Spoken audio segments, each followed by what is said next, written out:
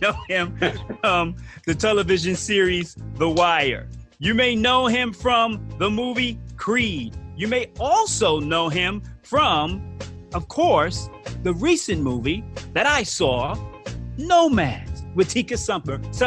And also, he's best known for the movie Michael Clayton. On the camera with me right now, I welcome my good friend, Christopher Mann. And the crowd goes wild. My brother. I appreciate that, man. That's what I call an introduction. Thank you so much. Thank you so much. Kind of off the top, you know what I mean? I was looking at my phone, like the password closed, just as, closed up. Right? I just wanted to make, yeah, man, I had it all right there. And I said, oh, man, I didn't want to mess up. But that's funny, I could have gone on and on with all the things that you have accomplished. But that is the purpose of this show, my good friend. I appreciate you, man. Yeah, man. And it's like, yo, I wish you all the success in the world, man. Oh, I appreciate it. Hey, that same here. Hey, man, you inspire me, brother, because I've been following you ever since state. Yeah, you've been the man ever since then. You already know that, brother. Oh, well, I don't know that, but keep it coming. Well, I'm telling you, I'm telling you. If you don't know, take it from me, man. You've been the man for a long time, brother. Well, I guess that's where we should start. Yeah, I mean, let's start right there because there's so many different places that where we could go. And the show is Time Will Reveal. So time is going to reveal a lot about people that I'm talking to. And also what I found out is it's going to reveal quite a few things about myself. About you. Exactly. So, man, let's go back to 3rd Avenue. Let's start right there. Oh, my goodness. 3rd Avenue. Big shout going out to Virginia State University. We're not going to mention the years.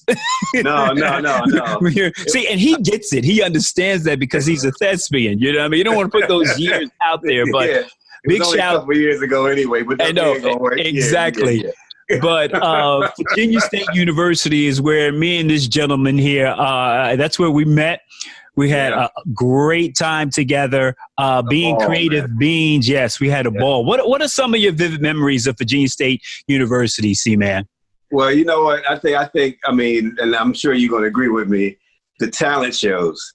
Yeah. The singing, the talent shows at Virginia State, man. I mean, of course, there's class. I mean, we everybody dealt with class. But, you're talking about the step shows and the homecomings and all that. I mean, all of that stuff just, it'll never leave you, man. I remember how mostly the females used to gather in Foster Hall at about 1:00 to watch the stories, man. Everybody be sitting there watching it. You remember that? Yeah. We'd sit right there in Foster Hall and watch the stories, and we would just kind of watch them with them, but we were waiting for them to get done. So we could holler at them. I mean, I kind of paid attention a little bit to the stories. Watched them a little bit, and had a certain amount of interest. Prior to Virginia State University, I went to a school of the arts. I didn't go to the performing arts, but I went to basically the school that was the rejects for people didn't make to performing arts in New York City. I got you.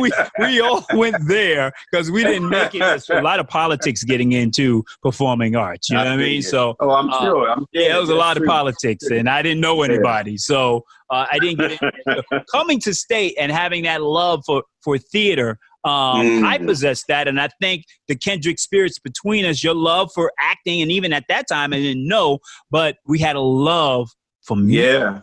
And the music back then, man, was so good. Yeah. Tell me about some of your favorite artists, and I'm going to challenge you to sing, because I've seen some of this karaoke stuff.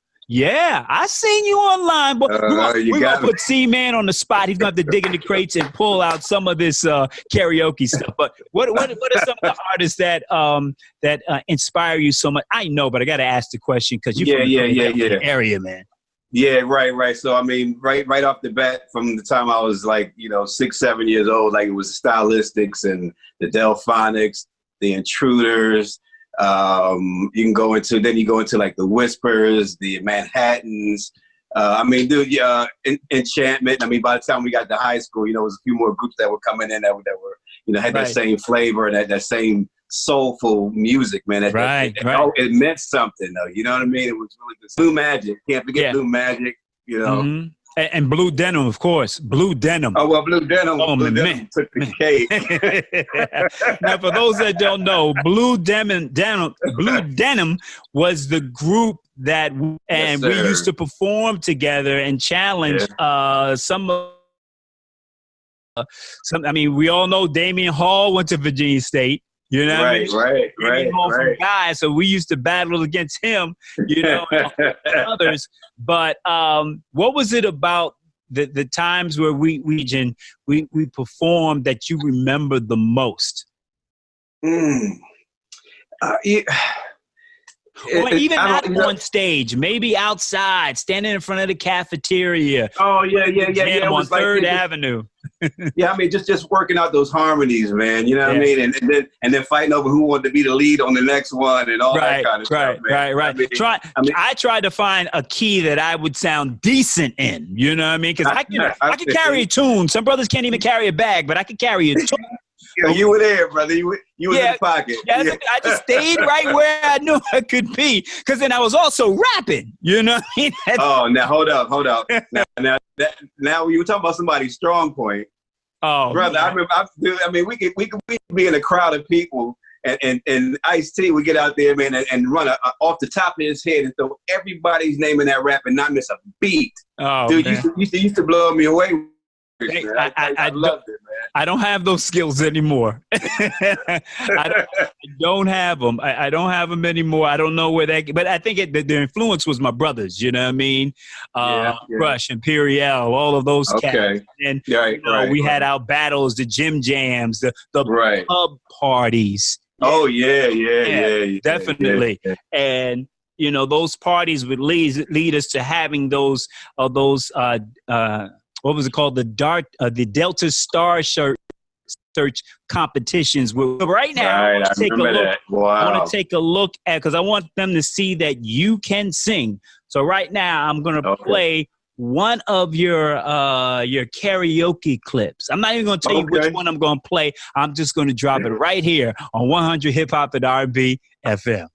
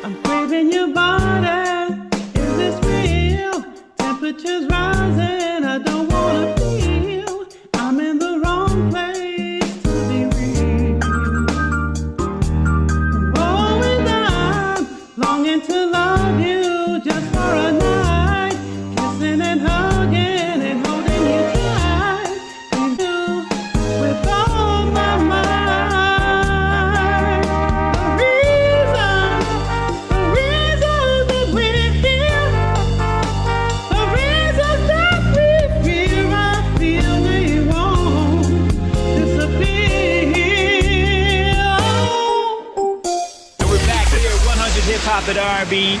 Time will reveal is the show. Kind of like my podcast, I could say. And my man, hey, Chris, I got to tell you, you still got it, my brother. You still a little something. You know. I talked to Jimmy James. He used to sing with us. Right. He said the same thing. He said the same thing. He's like, "Yo, you still got it." I was like, "Wow, man." Yeah, man. I remember those days. We had so much fun. Yeah, dude. I don't get to do it as much as I used to, so the pandemic is giving me an excuse to jump in there and do some more. You know what I mean? Right. Well, I'm gonna drop another one. I'm gonna drop another one somewhere within this show. But I want to ask you, because I had it when I was in high school, and we never really. It's amazing that we never really talked to one another about our love for acting. Where did that start? Where did that come from? It was something that was always in the back of my mind ever since I was a kid. Right. I mean, if I can get to my whole family story, but I was the only child who had two older half brothers, so I didn't grow up with them in the same house. You know what I mean? Wow. Okay. And then we moved around from. I was born in Chester, moved to Detroit, came back, moved to Philly, which is right outside of Philly. If you say Chester, you must be saying Philly. It's the same thing. Yeah. And then I had family in Chester. Oh, okay. So you understand. Yeah. So, so, you know, moving around and being by myself in a lot of occasions, you know, growing up, TV and film was one of my drawbacks. Was things that just like music, you know what I mean? I entertained myself, you know what I mean? You know, and it was my company. And being an artist, because I draw, I sing, I do all of that stuff. So it was a natural gravitation for me. I gravitated to it naturally. And when I got to high school, I did some things in high school, did some choreography and plays and different things, you know, played around with it, but I never got really serious until I was old enough, you know, to get into it myself. Because like another thing too, from where I came from, my parents didn't have the money to throw out there for me to go and take these classes and get into the art school like you were referring to. So I understand exactly where you were. Right. So by the time I got to be a young adult and started working, then I could pay for my own classes. So I got into classes, and I started out with commercial classes. Then I got into theater classes and studying with theater groups, and then going to casting directors, doing on-camera classes, learning, you know, it's a different techniques from stage to film. You know what I mean? There's the big and then there's the small, the intimate, you know what I mean? So, you know, you had to learn the difference between the two. And I mean, the acting, the character building and all that kind of stuff is all the same.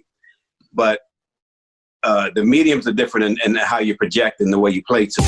One that would devastate and humble the average person.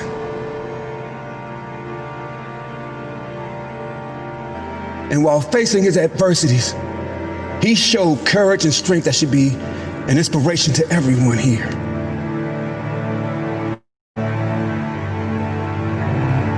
He was a fighter. He never gave up. He refused to let the cards that life dealt him force him to be anything less than a father, less than a friend and a man.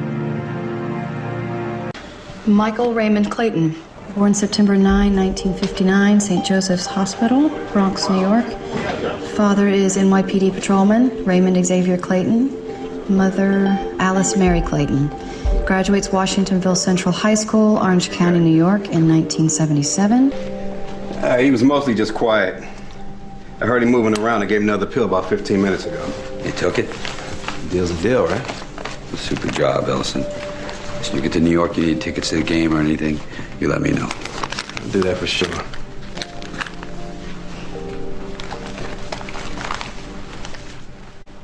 Yeah, I see you do your thing in there. I mean, you know, you need to have that on your resume. I see you in there, but I want to take you back because I think some people may have seen that movie, big film, but you were talking about casting directors, right? And this is when we knew we both were interested in film, when we ran into each other at an audition, laughing already, right? With Pat Moran. In Baltimore. I got to mention Baltimore. Yep. For The Wire. One of the greatest television shows of all time, The Wire. All time. And you, my good friend, let's take a look, and we'll talk more about. Let's take a look at some of your stuff from The Wire, and we'll come back and talk more about that. Here's my man Christopher Mann in The Wire. What do you think? Nice colors. You got a platform? Schools. Thought I'd be the education mayor. Well, good luck, Tony. I mean it. Thanks, man. When do you announce? Next month, I think. You know, get out there early, start raising money. In fact, I thought I'd make the rounds with some people before then, you know? Fill them out. Well, Watkins? Hey, he seems to like me. Well, you really think Odell Watkins is going to split from the mayor's camp? What you could do is, feel him out on an issue or two. Going that way, it's more subtle, you know? You got to charm the guy first. Talk to him about the issues, and then down the road, see if he's willing to throw sunshine on your ass. I like that. We should do that. We? I was thinking, maybe you would ticket your white ass up with me. Make a run for council president. I mean, me at the top of the ticket, an emerging black leader. Handsome, well-spoken. You, the great white hope. The new voice of civic reform. We give Royce a run, man. And what makes you think I'm interested in council president? What the hell else you got going? Think about it. We're back here, 100 Hip Hop and R&B. Yours truly, Lorenzo Ice-T Thomas, and my man Christopher Mann. He's in the building. The Wire, one of the biggest shows of all time. And yes. I don't know. I guess we were auditioning for the same role. I don't know if it was the mayor at that time. I don't think it was the mayor. I was going. That role was for a police officer. I remember I was trying to get the role of. Oh, okay. Yeah. I was going for that. That day we met together, it was for a police officer role.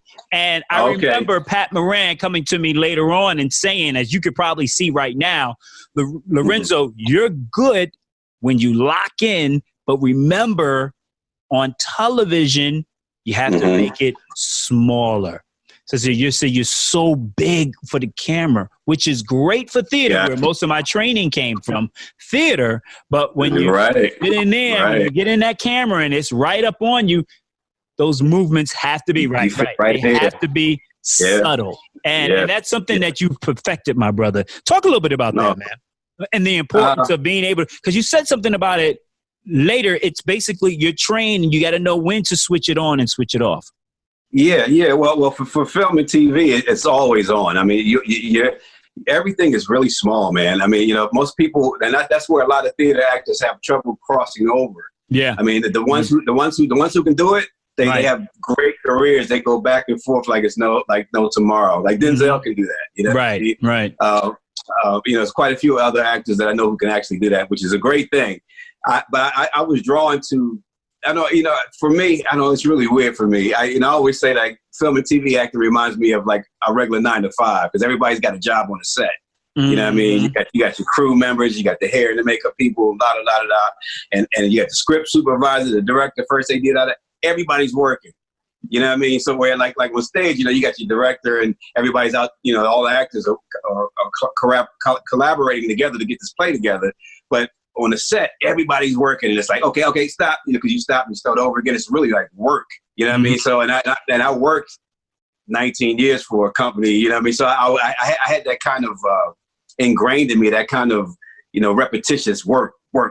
So for film and TV, it really worked for me. It kind of fit into, how I had come up in the, I guess, the blue collar world, I guess you would say, you know what I mean? And to be able to put my art into that type of lifestyle, if it works for me, I love it, man. Right, you know what I mean? Right. And but as far as the intimacy and the acting and everything, man, I mean that it kind of came natural. I'm not gonna lie. I mean, when I started auditioning and going out and reading for people and being able to connect with the material, it's real natural for me to be small. I'm not a loud person anyway. I like to have fun, have a good time. Yeah. If you know me personally. Yeah. It's hard for me, man. It's hard for me to be small. And since we're sharing this, it is time to reveal, and sometimes it does reveal a little bit more about myself. So I will share this story with you. You'll get it, right? So in Baltimore, I can't remember the name of the movie, right? I don't even know if I shared this, but when you talk about being big, right? So, and it's this actor who is big. He's a big actor, and a lot of things that he did, especially prior to what he's doing now, right? So I had an audition for the lead role, and he wasn't popular at this time. He was just kind of like, coming out, right? So I had an audition for this role, moved to Baltimore, got a call back for it, right? Because the character was kind of big. So it was kind of easy for me to play big, right? So I got a call back. End up not getting the role, but I went ahead and did some extra work on the set because it was shot in Baltimore, get a paycheck and what have you, and just be on the set, right? So the person that ended up getting the role was Anthony Anderson. Right? And he played opposite Orlando Jones. I can't remember the name of the movie. We probably have to, if we Google that, we'll figure out what the name of the movie was. Yeah. But those were the two stars in the movie, and it was a period piece, right? So I saw Anthony. I didn't really know him at the time, but he was such a cool dude. So I saw him on the set, and I was like, "Yo, man, so what did you do to get that role?" He said, "Man, yo, man, I just went in there and I was meat. you know? I was like, and I'm sitting there listening. I'm like, okay. He said, yeah. He said, when I walk into that room, I just take command of the room. I make the script my own, you know, and I add whatever I can to it, you know. And if you give a lot, that's good because they can always tell you to bring it down. You know what I mean? Question. So was this film a comedy? Yes, it was. Yeah. It has, his character commanded for him to be funny and comedic. Definitely. Right. I was just going to say that is the one twist in the film and TV. In comedy, big does play well in most situations. You can play big as long as you're being honest to the material. You can play big, and it comes off very well in comedy. Because drama is a totally different thing. I do mostly drama. I mean, look at my reel and my resume. It's mostly drama. Yeah. Well, most recently you did a movie with Tika Sumpter, and that movie got some play, but you had to market it and promote it by using social media, right? So we'll talk a little bit about the film, and I want to show the scene of you in the film with Tika. How has social media changed the industry, or has it changed it at all? Oh, it's changed it a lot. It's changed it a lot. Social media, I mean, you can break into the industry without any training at all if you have a following on social media nowadays. You know, like when we came through, there was no social media when we came through. Everything was groundwork. You know, we had to really plug and push and try to get people to know us. You were doing mailings. Now they're sending things over the internet. They even auditioning at home with like almost like what we're doing right now. You know what I mean? So yeah, the social media and the networking that people can do, you know, across the internet, man, is ridiculous. It has changed the game. It's crazy. It's really crazy. Wow. I mean, and not even so. It's all technology because, like, even with the streaming services out now, you know what I mean? People are binge watching whole series in a week. True. Sometimes a night. If you got 10 hours, you can watch a whole series. That's true. That's true. You know what I mean? And because of social media and you marketing and promoting the movie The Nomads, I was able to check it out. And in fact, let's go ahead and take a look at your scene with Tika. Yeah, let's check it out. Here's my man, Christopher Mann in The Nomads. No. Are you freaking kidding? We can barely buy books around here. But the great thing about rugby is that it's a zero equipment game. All the kids need is a ball and a field. Oh, really? That's all you think they need? They also need a safe place to push their boundaries. Yeah, we have a very big football team for that. We do. Too big. We just combined 3 schools. 2 full teams of football players are now screwed. An unfortunate side effect of the closures. Exactly. Which means less opportunities for college and scholarships. A lot of great rugby scholarships out there. I can't even remember when our graduation rate passed 60%. And you're talking scholarships? Let's change that percentage. We hired you to teach, not coach. All right, man. All right. So I got to ask you, you know, there's a lot of A-list actors in Hollywood here, you know, who are some of the actors that you've met that have been the nicest and have been the ones that have really lend a helping hand to you in your career? Oh, wow, man. That's a good question. Well, I mean, I'll start, you know, with you know, the A-lister for sure. George Clooney. He's probably one of the coolest people, man. Was he down to earth? Was he really down to earth? Bro, I can't even explain, man. I've said it a few times to other people. Like, I remember when I worked with him twice now. I worked with him on Ocean's 11, and my scene got cut. You know what I mean? Oh, the cutting room floor. I know the feeling. You know, but it's all good. You know what I mean? Because I was supposed to be an enemy of the state. I had a scene where I was at the. Oh, were you? Yeah, man. Ended up on the cutting room. But when I saw the scene, I realized why they had to cut it, because the scene was moving. It wasn't necessary for me to be in it. So, you know, I still got to check. I got to check, but cutting room floor, man. That's all right. Go ahead. I'm sorry, man. So anyway, I got a chance to shoot with him again on Michael Clayton, which was great. And the second day on the set, and it's funny because we had a long conversation. We were talking about family and history. Just even with him, like I ain't going to do too much in personal business, but we rapped for a good while, man. Right, and the next day on the set, man, my oldest brother passed away, and he was in Atlanta. And in between the take, it was funny because we were ad-libbing on a scene. And he said, well, keep the phone on, and I'll ask you something about the phone because it was, this part of the scene wasn't scripted. So we were just playing off the phone and so the phone was on. And when we cut, we took a break, and I didn't turn it off. My nephew called me because normally the phone would have been off. I wouldn't have got the call. And my nephew called me and told me, hey, they found, Uncle Phil at home, It was kind of, it really rocked me. Right. So during the break, I got one of the PAs to go let them know, hey, look, I might need a couple extra minutes, because of what happened. And George came out to me, and he stopped and said, hey, look, he said, I really feel sorry for you. He said, look, if you want, we can shut the set down and come back and shoot this scene another day. Wow.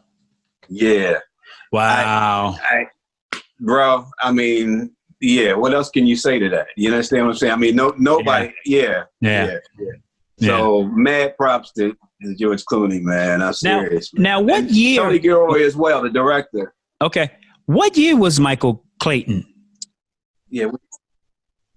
Would you say? That would have to be 06. It was up by my brother passed in 06. Man, so Chris, you got to tell me this, man. That's when we were shooting. Yeah, you got to tell me this, man. You've been in this game for a long time, dog. I mean, for a long time. And you and I have had some conversations on the phone, texting each other, Right. And, I tell you, don't give up, man. Don't give up. This is the whole purpose of me doing this, because I want to reveal, the things that you have done, and people will notice this. What keeps you motivated to stay in this game, my brother? Well, first there's my belief, my mental snow. This is what I'm called to do. I mean, it's just so natural for me to do it. Right. Two,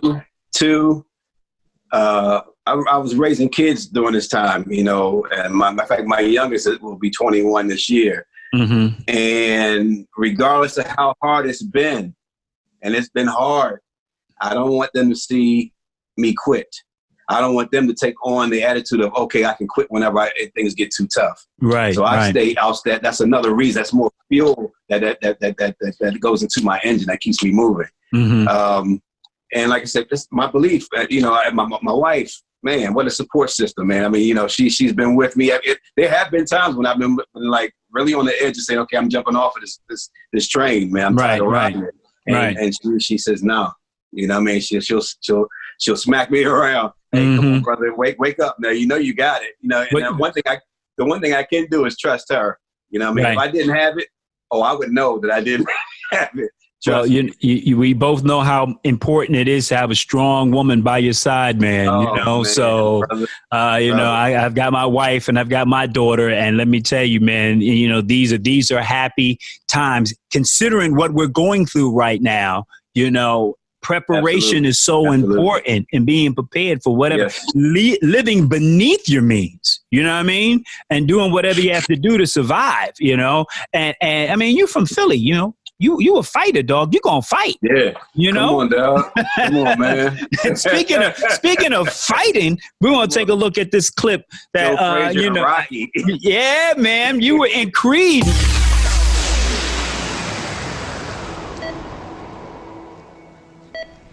Cracked orbital bone, 2 cracked ribs, grade 3 concussion, ruptured kidney, numerous contusions.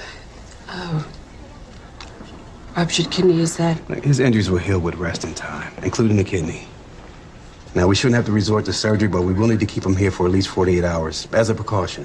Now, he's still numb from the morphine, but he'll certainly feel it later. Okay. You okay? Fine. I just got a sip. If you're expecting. No, I'm fine. No, seriously. Take it easy, okay? Excuse me, Dr. Ewell. You have a visitor. Right this way.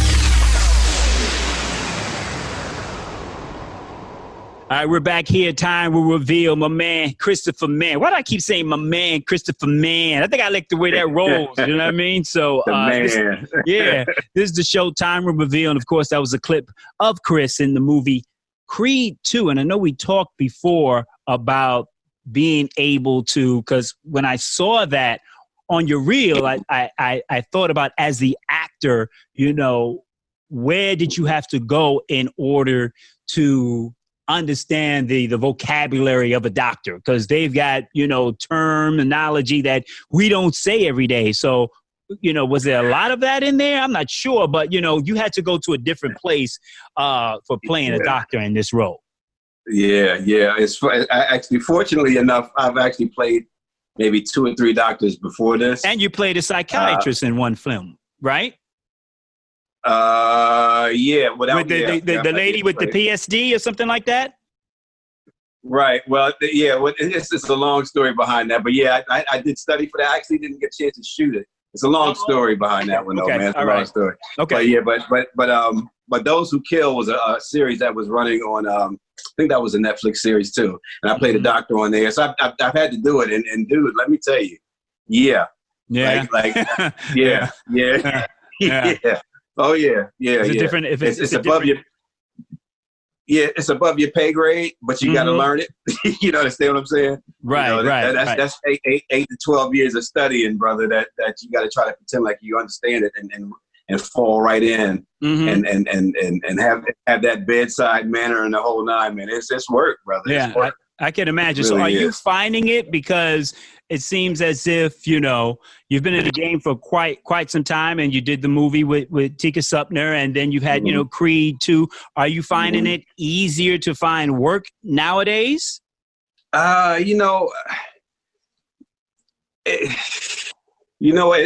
a very good question. I'm at a point where I know that they trust me to do the work.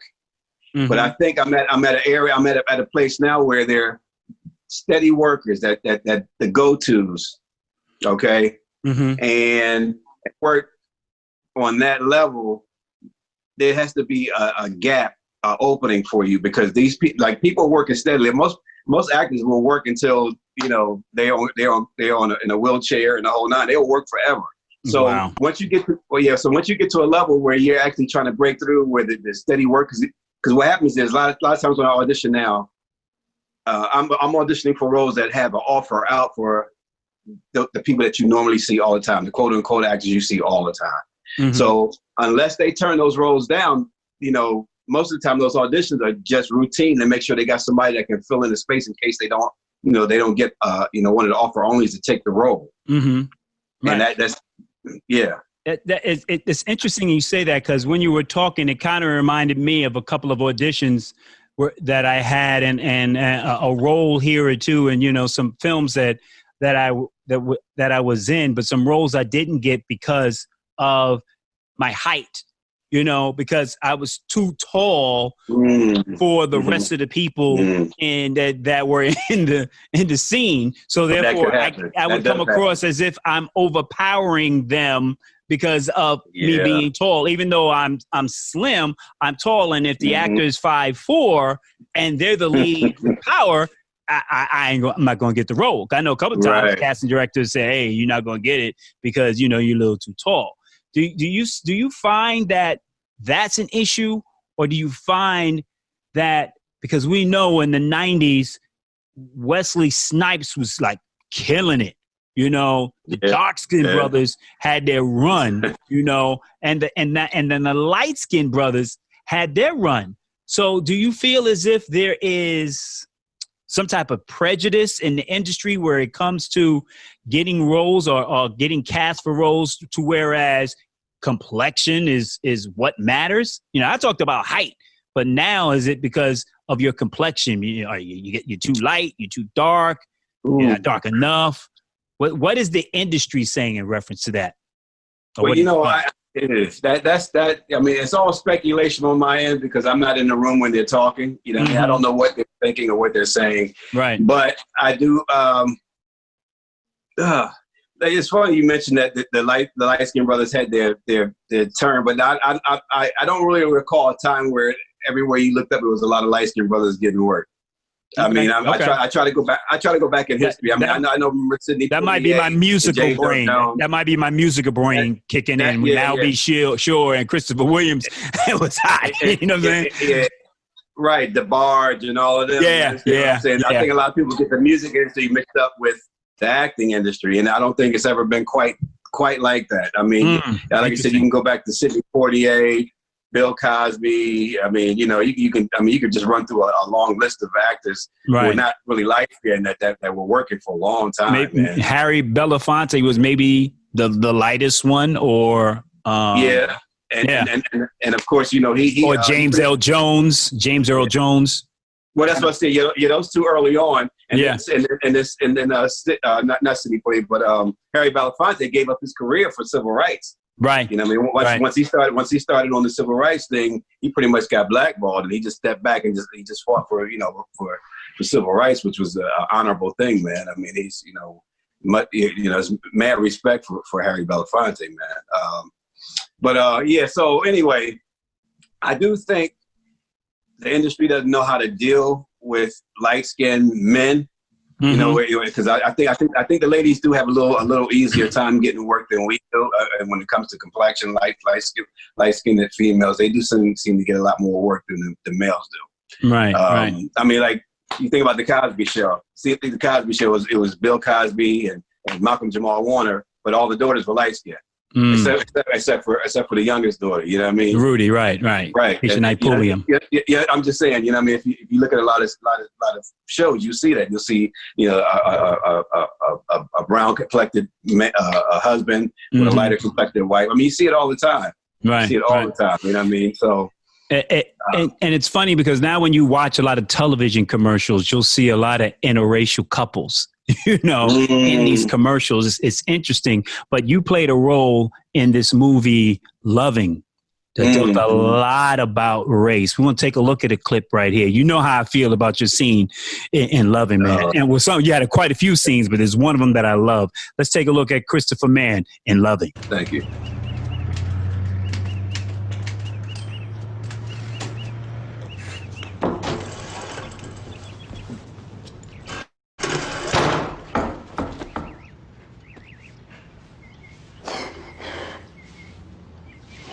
All right, babe.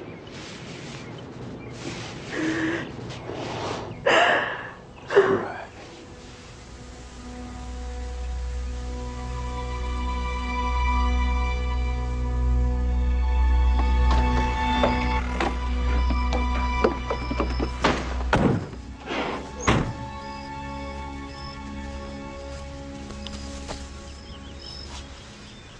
There's Richard. He moved his things out. That was my boy, Christopher Mann, in Loving. And let me tell you, Chris, that movie did not get the credit that it deserved. I'm so disappointed that more people didn't see it.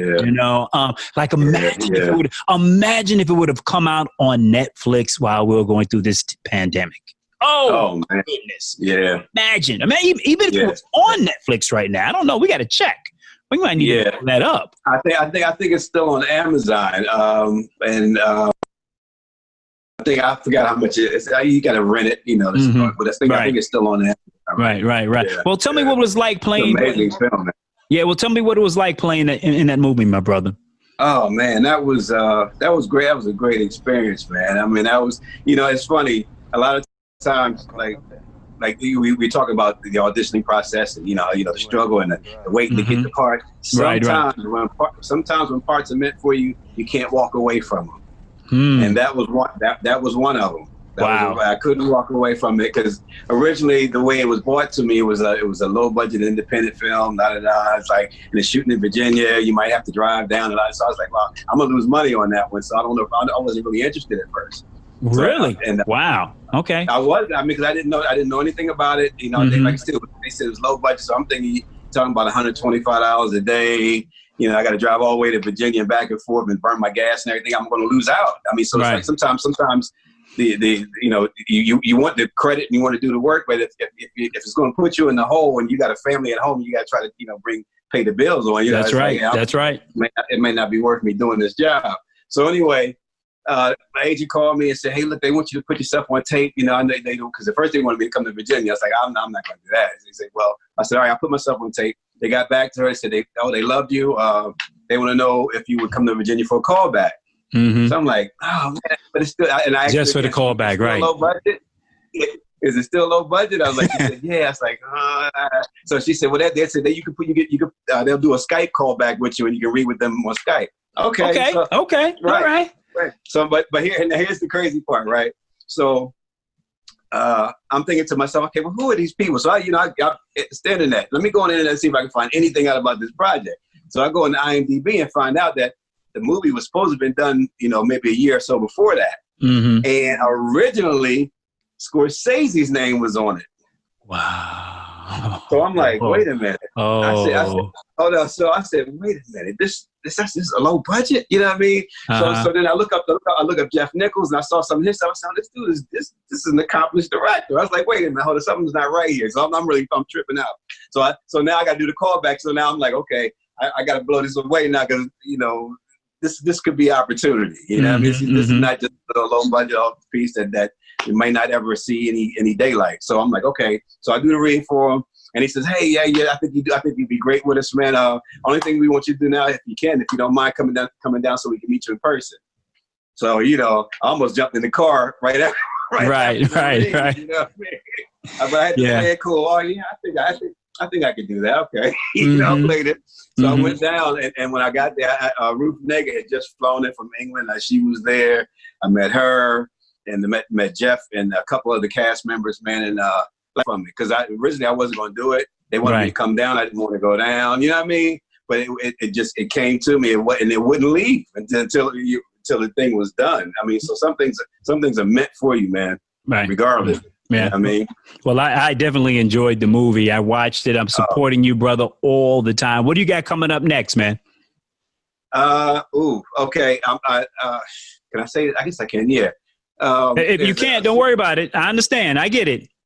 Well, there's a series that I worked on this past fall that they actually completed the whole season.